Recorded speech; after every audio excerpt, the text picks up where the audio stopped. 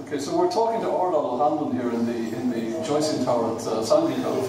Ardal's making a documentary about Ireland, and included in that is a piece about Bloomsday. So would you care to tell us a little bit about that? Well, the documentary is about Ireland generally, and we're kind of, I suppose, looking at things that might be kind of unique or maybe different about Ireland.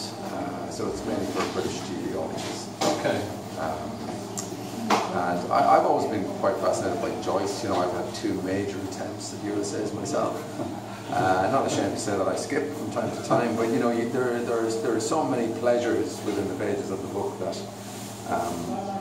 you know, there is something for everyone, and for every time you read it. I mean, it is like, it's the literary equivalent of climbing Everest again. You know, of course it is.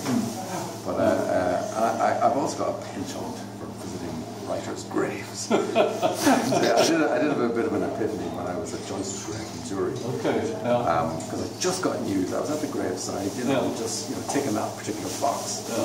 And I got news from home to tell me that my wife was really ill with swine flu. Oh, okay. Wow. So that's my only recent kind of connection to Joyce. But it was fine. I mean, she made a full recovery and everything was fine. And I vowed there and then at Joyce's grave to be much nicer to her in the future. Okay. Can I just ask quickly, did you read Ulysses the first time before you were 40 or after you were 40?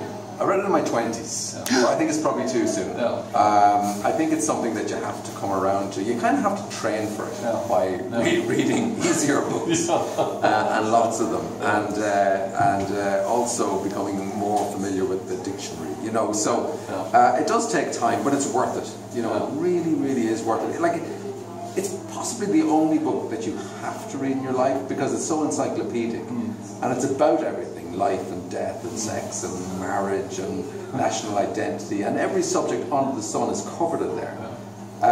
You know, it's got classical allusions, it's got biblical references, it's got everything you could possibly need.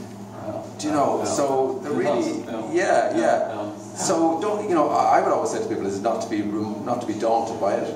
I mean, it is pretentious. It is, you know.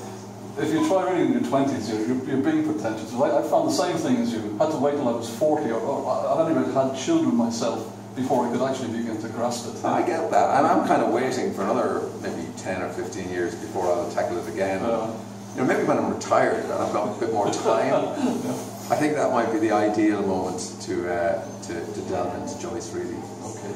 Ardal O'Hanlon, good luck with the documentary, and thanks for talking to us today. Cheers, thank you very much.